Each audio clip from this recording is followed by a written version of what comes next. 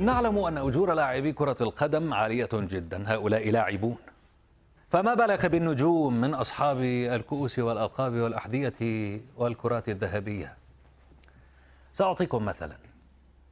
ليو ميسي تعرفونه جيدا، انضم إلى برشلونة كان عمره 13 عاما، ظل يلعب في صفوف برشلونة إلى اليوم.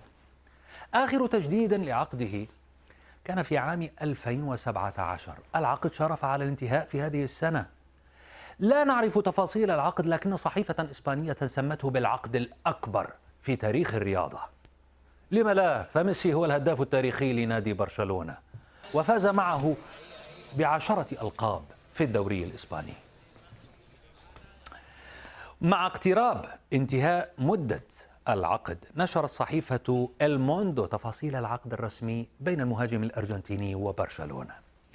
العنوان كان هذا هو، يقول: العقد الفرعوني لميسي يغرق برشلونة بمشاكل مالية. طيب كم هو العقد؟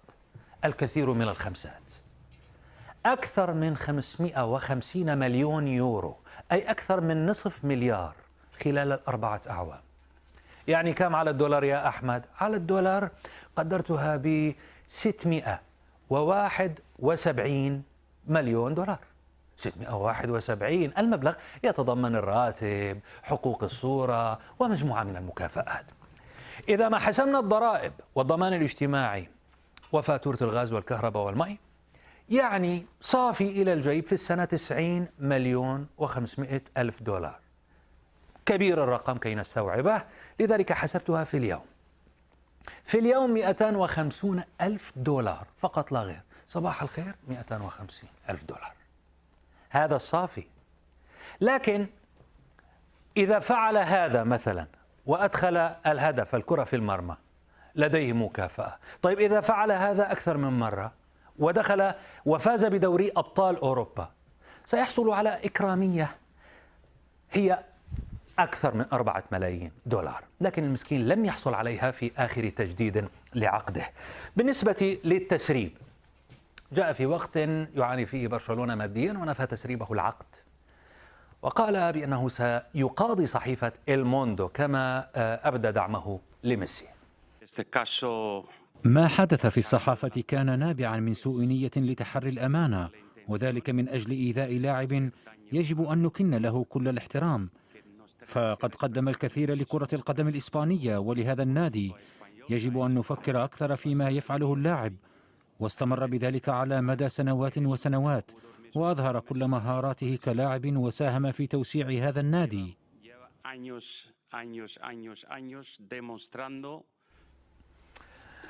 هل يستحق ميسي هذه المبالغ برأي المغردين؟ أولي تقول ليس ميسي وحده الذي برحيله ستتعافى الميزانية، المشكلة مستمرة برواتب بيكي وبوسكيتس وغريزمان. لولا أزمة كورونا لما أجبر المرشحون على تكرار الحديث عن الرواتب، لكن الوضع المتأزم جعلهم يتحدثون بصراحة أكثر. تغريدة من فهد، يقول فهد: المشكلة يا أبو محمد ليست في راتب ميسي.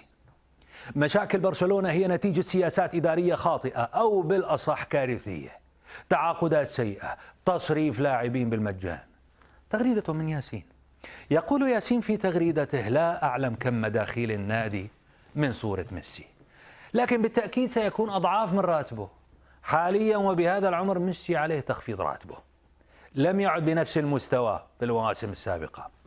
عبد الله، إذا لم تقدر ميسي وتوقع معه براتب خيالي، أكيد في أكثر من نادي مستعد يدفع، بالتالي بتخسره.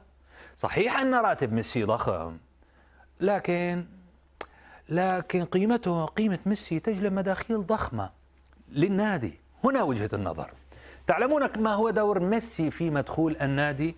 استمعوا إلى المرشح لرئاسة نادي برشلونة خوان لابورتا، يقول: أجرينا دراسة أثبتت أن ميسي يدر ثلث إجمالي دخل النادي، ولم يتسبب في الوضع الاقتصادي لبرشلونة.